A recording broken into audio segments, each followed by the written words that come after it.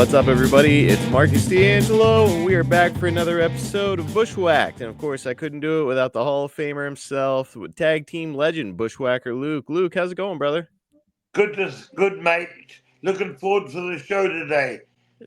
Yeah, man, I think we got a really fun one in store. Today, we are going to be talking about Survivor Series 1990, which took place 35 years ago. It's hard to believe Oh it. my God, you're taking me way back, mate. yeah, yeah, we're gonna. Soon you'll be taking me back to BC before Christ. I don't know if we'll go back that far, but man, we've got some great stuff to discuss today. I can't wait to get into the subject and talk about what was going on in the WWF back in those days. But before we talk about it, I did want to give you an opportunity to talk a little bit about what was going on with a friend of yours, Mike Rotunda. You know, the news came out that he was in some assisted care at this point. What have you heard about your friend, Mike? No, all I've known from his wife is that he's an assisted nursing. You know, these are the top nurses and that, and that's as far as I've got with her. You know what I mean? He's been there for quite a while now. 2 weeks, I think. 2.5 weeks, 3 weeks. Yep. Man, I hope that all of our listeners will join us in praying for Mike, Yes. and that he has Please, a speedy recovery. all the fans out there, please pray for him. He's one hell of a guy. Really great man. I've had He's the beat a pleasure. lot of people in that, but and he turned around from being a great amateur to a great professional. An excellent pro wrestler and a great man. I've had the pleasure of being around him a couple times, and such a gentleman, such a kind-hearted Yes, person. So such a gentleman. yes, I really don't know hoping for the anyone best. could say a bad word about him. Oh, No, maybe some of them said a bad word about him when he was one of the agents or producers for Vince. they always get heat though, right? You always get people that have bad words for you then. That's right. Well, God bless Mike Rotunda. We're hoping for the best. Yeah, God bless him. Well, let's go ahead and jump into our topic here. It's the fall of 1990, and at this point, Luke, the Ultimate Warrior had been the WWF Champion since WrestleMania, and it seems like a lot of talents who worked with Warrior did not have a lot of kind words about the guy at this time. I was wondering what your personal experiences were like around Well, Warrior. I knew Jim before he came to WWE and Ah, out of WWF at the time. You know, I think it was in his first year in the business I met him. You know, Sting and him come from the West Coast, a well-known trainer there, and they went into work for Jerry Jarrett, and that, you know, two big muscled-up guys. You know, they look great on in pics and then on paper. But once they got in the ring, it was a different thing. They didn't last too long for Jerry Jarrett, and he passed them on to Bill Watts. And then Vince put him into WWF, and he ran him with Hercules Hercules and another guy I forget, but they ran him around the territory for 6 months. You know, undercard, never, not on television. mm-hmm. And then they got him groomed, and next minute they started pushing him, and that's when he first won the continental title and blah blah blah, and then it goes on to become the world champion. Pretty crazy, man, that the Warrior had this rise, and he wasn't a very talented guy in the ring, but he had like such a great look that He had a you really great couldn't deny look. him. He was in the business to get money to feed his body. He was in the wrestling business to just make enough money to make plenty of money for his bodybuilding career. He'd already won titles before, but he's not. He was out of that now, but he saw that he could make money, and of course, Vince loved bodybuilders. You know, good bodies and that. You know how crazy Vince was about that. Look at Vince and his son in some of his photos. He was brutally insane for a while. Man, yeah, Vince was big, and Warrior was very clearly on steroids. During this period, and Yes, yeah, yes. And mate, He had two. He had the press slam and the splash. What it would be would clothesline, clothesline, clothesline, and then press slam and a splash. That the match was over. That's all he had. God bless him. That was it. Psychology. Hulk had that match in Canada. Was it Skydome. WrestleMania? Yes. And in Yes. Canada, and he wanted to go home in about 8 minutes. Hulk held him back. He was blowing up, and Hulk said, "Relax," and took him right through to nearly 20 minutes. Remember that? Yep. It was, and it That wound up being title a really match good match. there. The Warrior was gasping and that and shaking. Terry told me, you know what I mean? Hulk was the But they ultimate had pro. that Terry had the psychology. You know, they didn't do much, but the psychology was in the match, and that's how you get through those sort of matches. The match turned out great, but like a lot of the WWF officials during this time were kind of like the bloom was off the rose with the Warrior, where it's like there's only so much you can do with a guy like that. Why do you think it wasn't a huge success when he was the WWF champion? Ah, the matches are always the same because that's all he could do, and I guess. The kids loved him. Hey, there was an audience that loved him, just like the Road Warriors. You Hmm. know what I mean? You know, they had no psychology at the start, none of it, and Hawk had to do the selling all the time, where Joe made the comebacks. You know, Mike did the selling and Joe did the comebacks. That's how it was all the time with them. And the same was Warrior. He was limited. Anyhow, one last thing on the Warrior.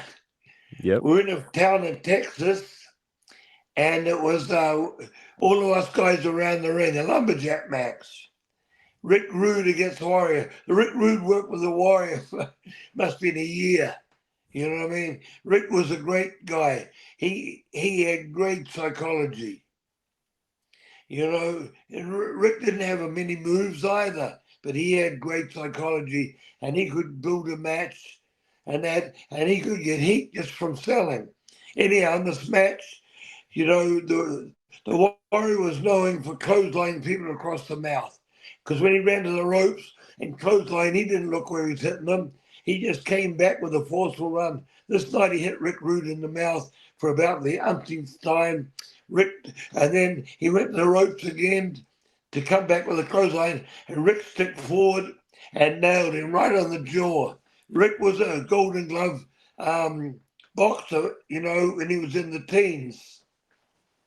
And it laid the Warrior as he came off the rope. He got nailed. He sank back and sat on his ass with his head leaning on the second rope. He was out cold for a minute. Was he able to finish? Yeah, they picked it up. Or what's the name kicked him out, and we grabbed him, and he got it, outside and pushed him back in. I think he got his win back in that. But Rick had taken enough. He'd taken enough clotheslines on his mouth. I You bet can't, Warrior wasn't. you can't when you get clothesline on the mouth, mate. It's very hard to eat. Oh yeah, and Yeah, especially with a forceful clothesline. I bet Warrior watched where he was throwing those clotheslines after that. Yes. Especially with Rick Rude. Now, another thing that's happening during this time is that there are people leaving, including Rick Rude. But Akeem, Bad News Brown, and Rick Rude all leave the company at around this time. And as you had said, Rude had been working against Warrior on, the pay-per-views, including SummerSlam, which had just happened not too long before this. And Yeah. apparently Rude left because he wasn't happy with his SummerSlam payoff. Rick Rude, I mean, he's a pretty big loss for the company. He was kind of their top heel at the time, right? Yes, he was a great heel, mate. He could beg.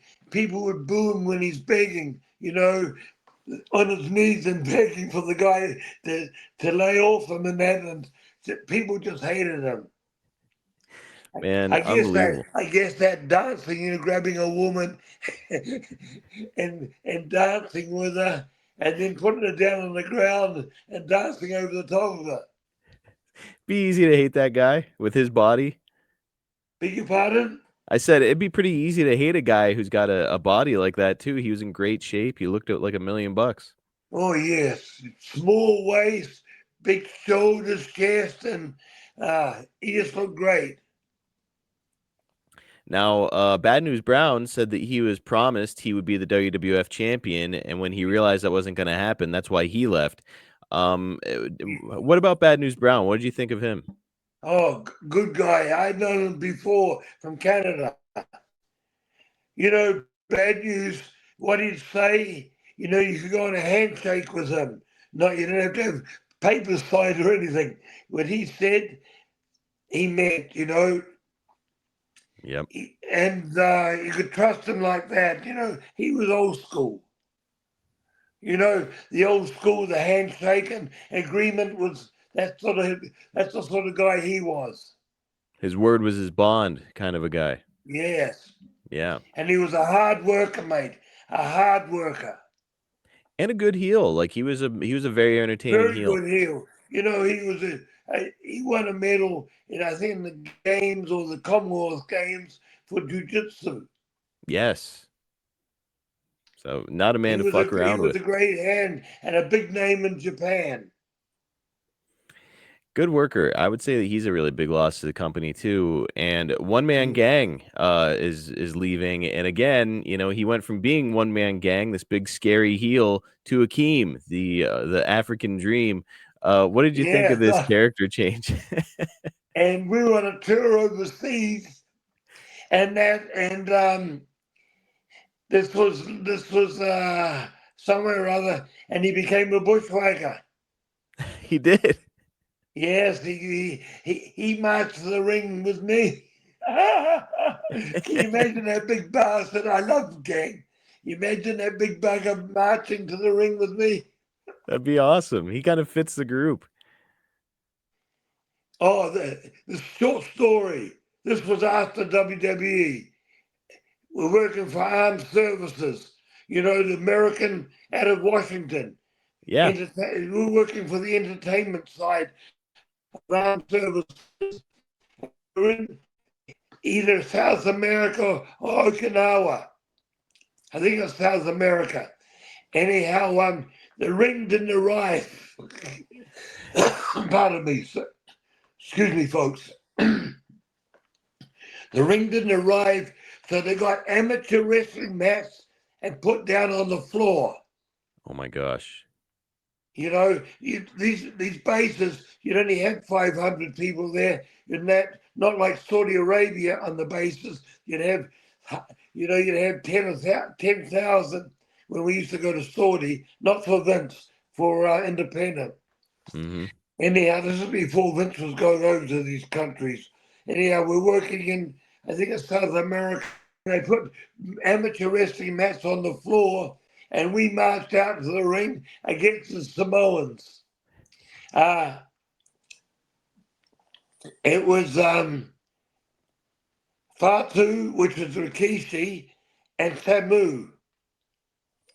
And we pretended there was a ring around the mats. So we came out to the ring and we pretended to pull the rope up to get in, the top rope up to get in.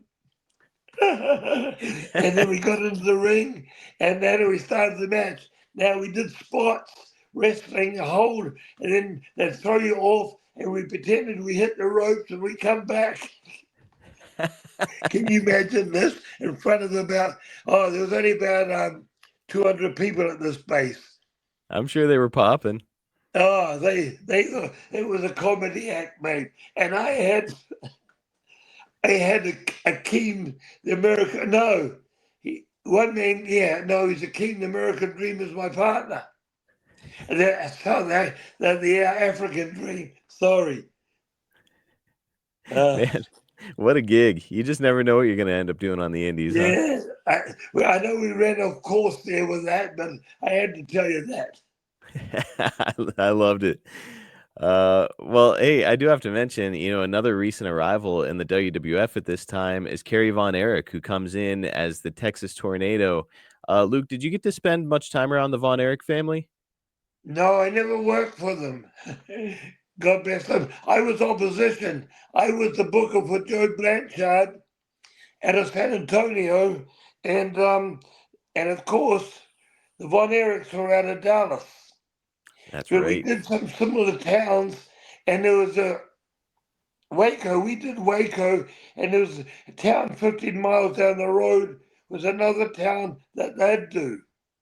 This night, I'm in the dressing room. Kerry Rose in the dressing room, our dressing room, because he knew all the boys. A lot of the boys had worked for the Von Erichs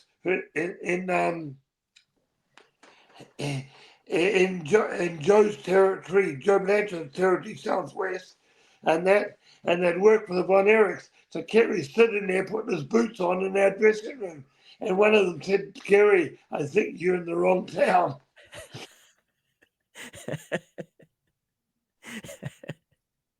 And even in WWF, a couple of times, he's got his boots on and he's lacing them up and that, God bless him. And he puts the right boot's lace into the left boot. Oh my goodness. Yeah, so fucked up. Yeah, God bless him. Kerry had a kind heart, hard worker. With one foot, he would go over the top ropes. Oh, I couldn't believe it, what he could do, you know what I mean? Great Drop athlete. kicks, everything, and then go over the top rope and take a bump on the floor, land on his feet, of course, and go down. Incredible. He was in a lot of pain. Hence the stealing all the doctor prescriptions, and that's what he went under in the end. And they found out that he was stealing doctors' prescriptions, writing them himself for painkillers. Oh man. What a shame. Such a great athlete and a great look, a great physique. Oh, great, He kind of had great everything. physique. Hey, Yeah. that family. Now I was with David and Kevin for their first trip over in Japan. Wow. David was going to be the next NWA champion. You know what I That mean, down the road. that's And right. huh? I said that's right. Yeah. Yeah, And it, David was going to be. He was a beautiful guy, beautiful, but on the Jack and Jills, on the pills. I remember when this was their first tour, and I remember when they ran out of pills, and boy, they were very etchy. You know what I mean? man, what a shame. Such a talented family too. But all of Yeah. them had their And issues. now, and now the wildest one, who's do the craziest stuff, he's still alive. Kevin, yeah. Kevin. Yep. God God bless him and his family. And did you go see the Iron Claw movie? No, I haven't seen it, but I've heard about so much about it. Yeah. I guess I Next, can watch it on Netflix now. yeah, I think it is on it's on some streaming service, probably Netflix. But yeah, it was a good movie. I think you'd enjoy it. Yeah. Well, Luke, as for what was going on with you during this time, yourself and Butch are working a lot with the Orient Express on the way to Survivor Series. It's Sato and Tanaka. They were pretty interesting. It was a short-lived team there in the WWF. Any memories of working with Sato and Tanaka and Mr. Yeah. Fuji? Yeah. Sato was an older guy, Mm-hmm. but he was very experienced, great psychology. He became a manager later on, but Yes. he was a great psychology, and of course Pat was his dad was fucking well known around North America. Duke Yes. Karamuka, yeah, from Hawaii. Yeah, he was a big star way back. And let me say, working with Tanaka and Sato during this time, Tanaka was a hell of a worker. He'd had a lot Yes, of success in Tennessee too. yes, small man, short, but he had great psychology.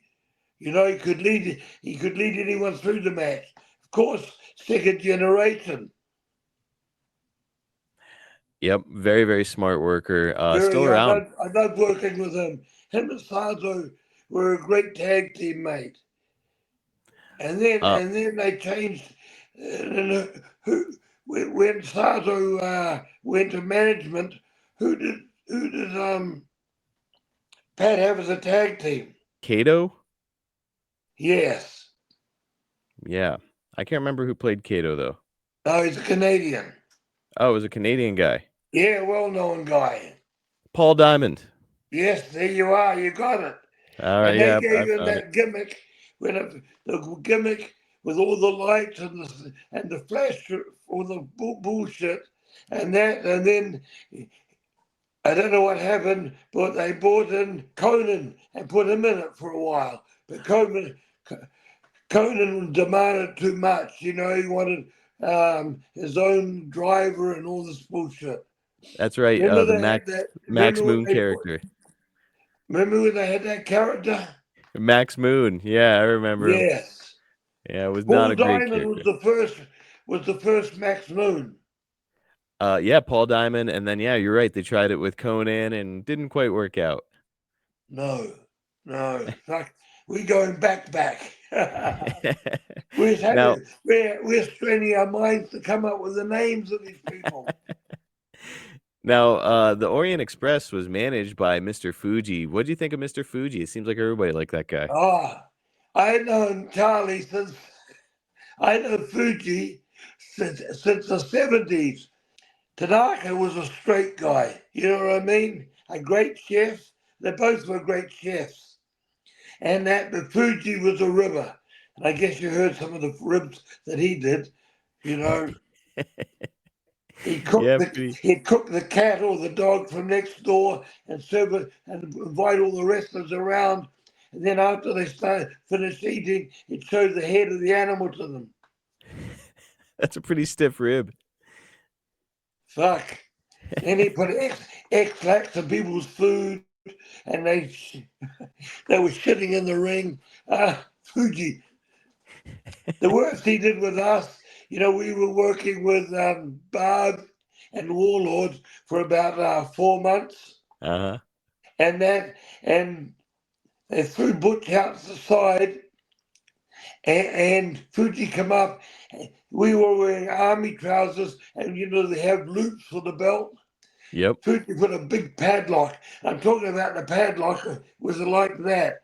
You know, that was the metal part, not the part that goes around, and that was hanging from the back of Butcher's fucking trunks as trousers. So he gets in the fucking ring, and the first thing they do is pick him up and slam him. Oh, that probably hurt like hell. It was lucky. You know, it was hanging, and it was more or less by his cheeks of his ass. Otherwise, if it was up his back, it would have been brutal. Oh man, yeah, you're right. I didn't even think of that. If it had been standing up whenever he landed on his back, that could have really Yeah, hurt him. yeah. But it was, and he had to do the rest of the match with the padlock. The Oh. fans saw it too. Did you Fuck guys it. get And this Fuji is back? and this isn't a big arena. This is for Vince, and this isn't a packed arena. Did you guys get some revenge on Fuji? Yeah, I think that was a Worcester. Oh no, Charlie, if you ripped him, that's the end of you. He was the king of rivers. You know, at a television show, we used to go in there. We have to be at 10 in the morning, and you know, you're lucky if you got out at 10 at night, right? Mm-hmm. This is going back in the old days where they did 3 weeks of television, you know, at night, and we had to do fucking promos for 3 weeks. We used to do a lot of promos then. This is early on, Mm-hmm. and someone tried to rip Fuji, and Fuji had a truck come from a garage, and they opened the hood of the car, and they took out the engine during the day. And then the guy come out and hopped in his car to start it up. There's no engine. That's a hell of a Now, rib. that's a fucking heavy rib. Hey, the motor's heavy, but that's a heavy rib. Fuji. Unbelievable. But that guy rubbed Fuji the wrong way. And that's what I said. Did I ever get back with Fuji? No way. You just let him get away with it then. Yeah. Got to. Well, let's. Hey, mate. He Yeah, was a hell of a guy. Fuji, we had so much fun with him. I've heard a lot of people say he was a good man, but yes, a stiff ribber. Yeah, Stiff River and that. And he used to drop, no, Charlie's name was, Tanaka's name was Charlie. He used to drop, on trips coming back from Japan or from the Middle East back to wherever. Charlie would be sleeping. He always wore a suit and a top hat. He looked like Odd Job. You know what I mean? Yep. Looked like completely Odd Job. And he was a karate expert. You know what I mean? Martial arts. He'd be sleeping on the plane, and fucking Fuji would drop a bit of acid on his tongue while his mouth was open. One time, they're coming back from Hong Kong, I think, and they had to stop, or even Singapore. And usually you have to stop now and again. You stopped in Kuala Lumpur or you stopped in Sydney and then back to New Zealand. Anyhow, on this flight, he woke up and he got in the aisle and he went down the aisle doing bloody karate. And he had that top hat on and a suit on, and everyone thought he was the guy from the movie. Well, he looked like him. He looked dead like him. Unbelievable rib. Wow. Yeah, Fuji would do things like that. Well, let's get to Survivor Series 1990. It's a huge event. It takes place on Thanksgiving Day in 1990 in front of 16,000 fans in Hartford. Luke, did it bother you working on Thanksgiving, or were you used to it by then? No, hey, I was working twice on Thanksgiving in the afternoon at night, and then Christmas Day, and I've been doing that since I've been in the States. Not so much in Canada, but I was working 7 days a week in Canada, but I was working in the States. I used to work a lot of 9 days a week. Wow. 2 shows on Saturday and 2 shows on Sunday, So it or was eight nothing new to shows a you. week. Yeah, 8 shows a week was pretty common. Wow. 8 shows because you do a Saturday afternoon in Boston and you do the Gardens at night. MSG at night, Madison Square, and vice versa with Philly and the Meadowlands and stuff like that. You pop 2 shots. So no big deal for you to miss out on Thanksgiving. It's just doing No, your job. Christmas too. Oh, Christmas, you do an afternoon show and then you do one at night because everyone eats in the afternoon.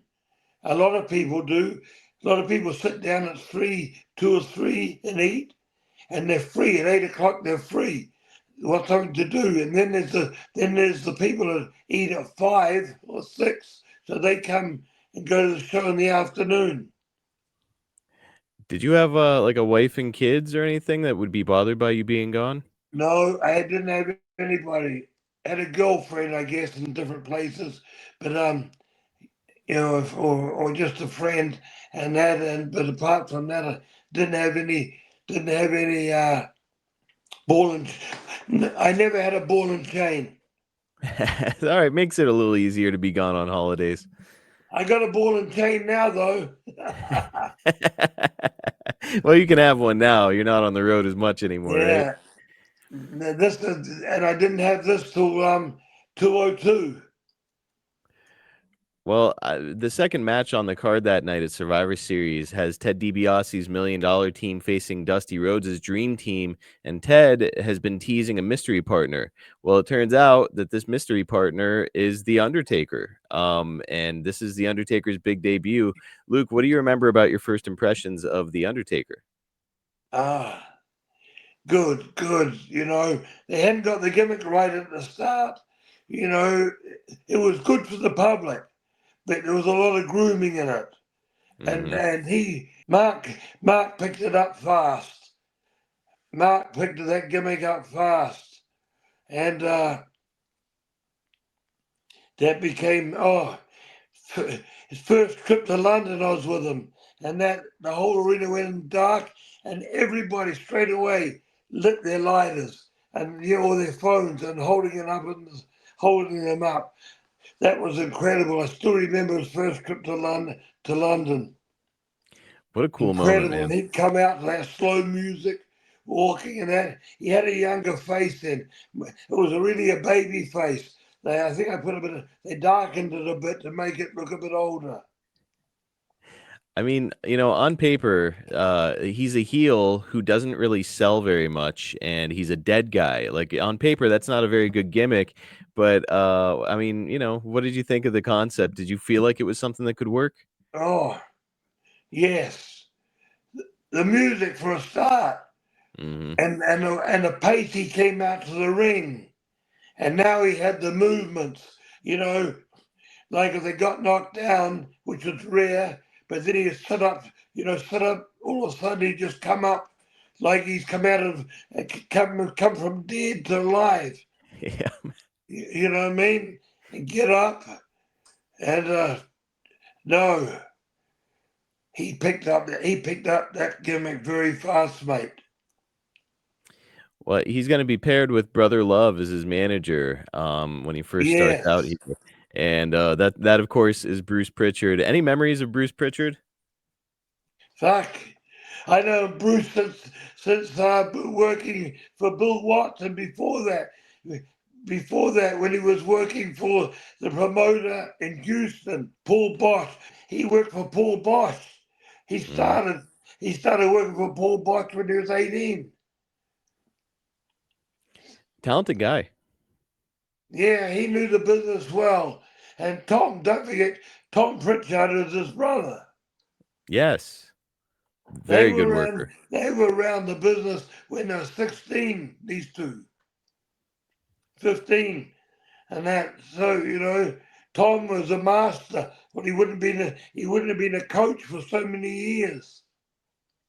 And he's still training people, and Bruce is still working for WWE today. So they're both Yes, still in the business. Pretty cool. yeah, yeah. We talked about. I saw him in the Hall of Fame at Cauliflower Alley, and we talked about the old times when we first come in, all the vignettes. He wrote most of the vignettes we did, the crazy stuff, and Yeah. we had lived them. He gave us the idea where we wanted to go, and then we took it and did it ourselves. The rest, you know,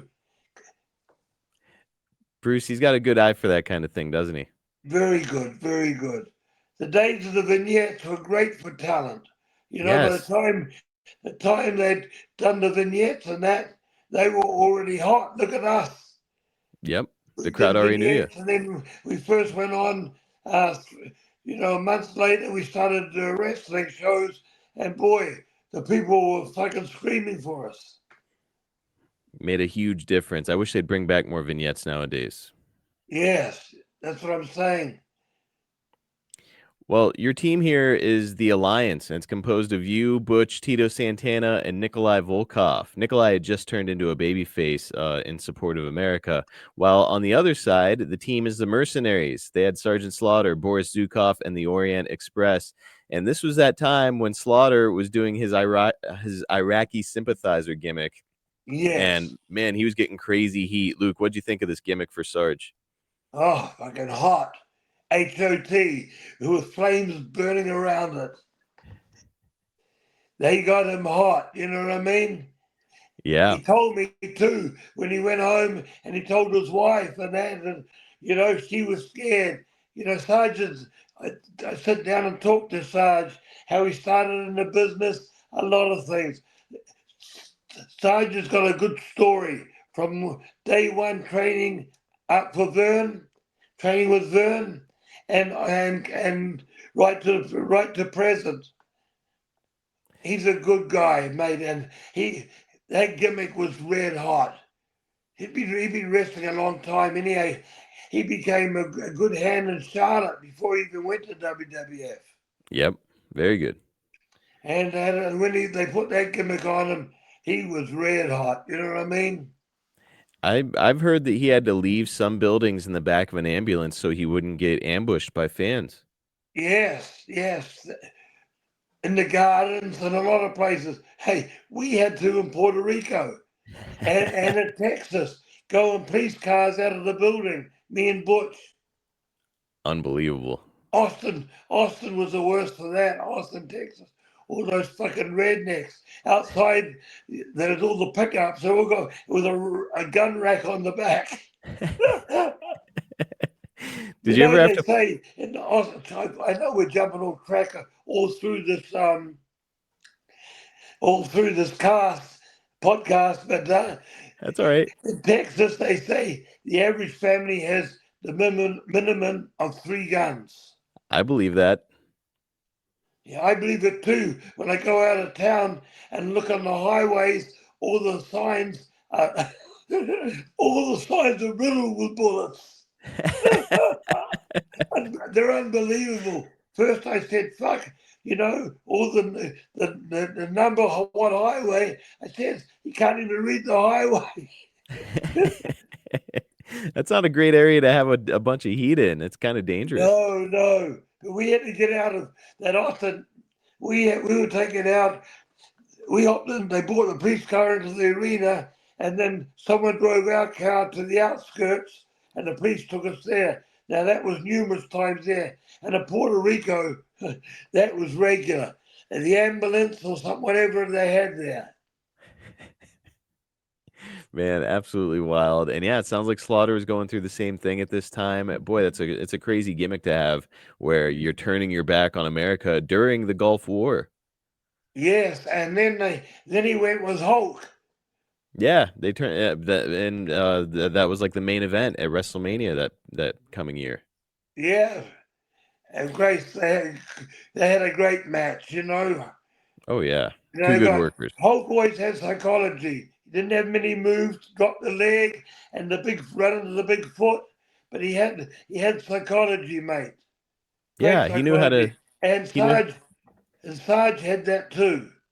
they could both manipulate the audience. It didn't matter how many moves they knew. They just knew how to get the audience up. Yeah. As heels, Butch and me could get the people to stand up and sit down. If the baby faces, worked with us, we could get the people to stand up and then cut them off and sit them down. Well, Luke, when your match comes up here at Survivor Series, things happen really fast. Your team quickly wipes out everyone on Slaughter's side except for Sarge, and then Slaughter kind of slowly starts to pick everybody off one by one until it's just down to him and Tito Santana. Finally, Sarge knocks Tito into the ref and applies the camel clutch, but the ref calls for the DQ, and your team gets the victory. I don't know, man. A DQ victory on pay-per-view. What do you think of that? Is it good storytelling or bad to give the fans kind of a non-finish like that? Well, if you're doing it, you can't do that too often. You know what I Hmm. mean? Because people say, if that was the main event, they'd boo you. Yep. They'd boo you. You got to, unless you're having a great run with a couple, a story that's been going on for 6 months or 3 to 6 months with, your program, then you could do that sort of stuff. They understand. But if you do that, cold, or you haven't been doing a story for long, they get and put it on as main event, they go, oh, I think the house would drop the next time. You know what I mean? If you bought them back. Yeah, and people are paying for this on pay-per-view, and you give them a non-finish, they might not buy it again. Yeah, that's it. You did right there, mate. You did right. Well, now, the last question I've got for you this time around is about something that happened on the show as well. There's a giant egg on the show, and Mean Gene Ah, keeps teasing about the giant egg the whole time, and everybody's like, "Who's going to be in this egg?" There was a ton of speculation. Some people thought Bruno Sammartino was going to come out of the egg, so everybody's really excited about what's going and to happen here's with this another egg. one. Here's another one, which is Y- a big one. Yeah, Everybody thought it was Roddy Piper. that's right. Now, Yes. Butch and me did so many vignettes with this egg, rubbing it and feeling it and doing vignettes. We did about 5 vignettes, we're showing about the egg over a period of time to build the egg up. You know what I Mm-hmm. mean? To build the egg up. And then when they did, tell me what you thought when they cracked the egg. Well, again, like people think it's gonna be Bruno or Ric Flair or Roddy Piper, one of these stars. They open up the egg and it's a giant turkey mascot. And nobody could believe it. Everybody, you could like kind of feel the energy leave the arena when that happened. Very much so, mate. Very much so. Ooh. It wasn't a heavy boo, but I still remember that. It was one of the Guerreros Guerreros in a turkey outfit. It was Hector Guerrero, yeah. Yeah, Hector. Man, just When did they unbelievable. show? When did they show the people it was Hector Guerrero down the I don't think road? I don't know if they ever did reveal it to everybody. Where it was, I think the plan was that the Gobbledy Gooker, which is what this turkey's name was, he was going to be a mainstay character on the program because they liked the fact that Hector could do a lot of really athletic things. And Yeah. I think after the reaction that he got on the show, they were like, "All right, we better not do that again." No, that fucking died right there, mate. Yeah, not The egg gimmick was out for good. yeah, not the best moment. No, no way, mate. No way. Yeah, that was a very big disappointment. Well, Roddy Piper was the talk at the time that the heaviest person, number one person on the list was Roddy Piper.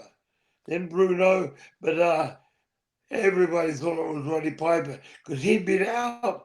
He'd been out for so long. it would have been really cool if it was Roddy Piper. Because he's when he fires up, he's all arms and legs. When he's in the ring. Yep. He's just out He's there swinging. when he's making a comeback, it was all arms and legs. Man, Anywhere, Roddy would hit you. He was exciting. anything would have been better than the gobbledygooker. It was a big disappointment, but Yes. this episode was not a disappointment. Luke, I want to thank you so much for your time. It was a pleasure getting to chat with you, folks. If you want to get a cameo for Luke, this is the right time of year to do it, man. It's a perfect holiday gift for somebody. Get Luke to wish somebody a Merry Christmas or a Happy Thanksgiving. Here's a You ask QR me code. what I want to do, what you want, and I'll present it to you with thunder from down under. I'll even fire somebody if you don't want to do it yourself. How cool would that be? Get Luke to fire somebody or break up with your significant other. Marriages, engagements, um, school, what are they called now? Graduations, Oh yeah. anything. And of course, we got Thanksgiving around the corner and then the big one, Christmas. So hope to hear from you folks. I'll be waiting. Don't miss that. And also, right above Luke's head, there's a QR code for Pro Wrestling Tees, his shop over there, where you can buy some Luke merchandise. Get over there, buy some of his stuff. That makes for a cool gift too. And make sure that you go out to see Luke at one of his personal appearances. Make sure you follow him on social media so you can keep up with him and what he's doing. Yeah, follow me on social media. Every day, 2 or 3 things come out on Twitter, Facebook, and Instagram. So get on board. That's right. Don't miss it, and don't miss our next episode of Bushwhacked. Yeah, play. Yes, don't forget. And tell your friends about it, mate. We've got a lot of stuff to talk about. We haven't even got into that yet. A lot of stuff, but a lot of stuff behind the scenes, That's which I right. know you're going to be very interested in. A lot of fun Not stuff so coming much up. wrestling, but behind the scenes. That's right. Then that's what everybody wants to know about. And I know that you've got a ton of great stories. I can't wait to get into all of them. Yes. So we'll be waiting for you to join in on the Bushwhack podcast. That was Otherwise, we'll have to come and bushwhack you. Whoa!